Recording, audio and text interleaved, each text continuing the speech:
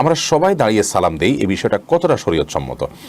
কোনো গেস্ট আসলেন আর সবাই দাঁড়িয়ে গেলেন তার সম্মানার্থে, এই যে একটা কালচার আমাদের সমাজে আছে, স্কুল কলেজগুলোতে আছে, অফিস আদালতগুলোতে আছে, যে বস ঢুকলেন সবাই যার যার চেয়ার থেকে দাঁড়িয়ে গেলেন বসের সম্মানার্থে, এটি হাদিস দ্বারা সুস্পষ্টভাবে নিষিদ্ধ। নবী করিম সাল্লাল্লাহু আলাইহি ওয়াসাল্লাম হাদিস থেকে আমরা জানতে পারি যে তিনি নিষেধ করেছেন, তোমরা দাঁড়াবে না কামা ইয়াকুমুল আহাজাম বাদুহুম লিবাদ, অমুসলিমরা যেরকম একে অন্যের জন্য দাঁড়িয়ে যায় তোমরা সেভাবে দাঁড়াবে না।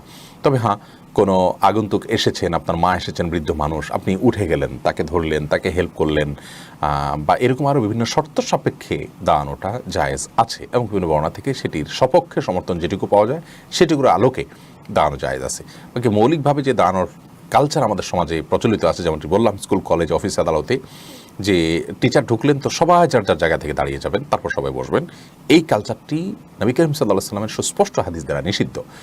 লা তাকুমু কামা ইয়াকুমুল আআজিম বা'দুহুম লিবা'দ, আজমিরা বা অমুসলিমরা তারা যেরকম একের জন্য একজন আসলে সবাই দাঁড়িয়ে যায়, তোমরা সেইভাবে দাঁড়াবে না, অর্থাৎ তাদের মতো করে দাঁড়ানোর যে কালচার সেটি উচিত নয়। বাকি অসুস্থ মানুষ আসলেন, তাকে চেয়ার পেতে দিলেন, অথবা আপনি হেল্প করলেন, কিংবা আপনার আরও বিভিন্ন যে শর্ত দিয়েছেন, ইমাম নবী রাহিমাহুল্লাহ অনেকগুলো শর্ত দিয়েছেন, সেই সমস্ত শর্তের আলোকে আপনি দাঁড়ালেন, সেটি বিচ্ছিন্ন বিষয় এবং জায়েজ হতে পারে, এবং অনেকগুলো হাদিস থেকে তার পক্ষে সমর্থন পাওয়া যায়।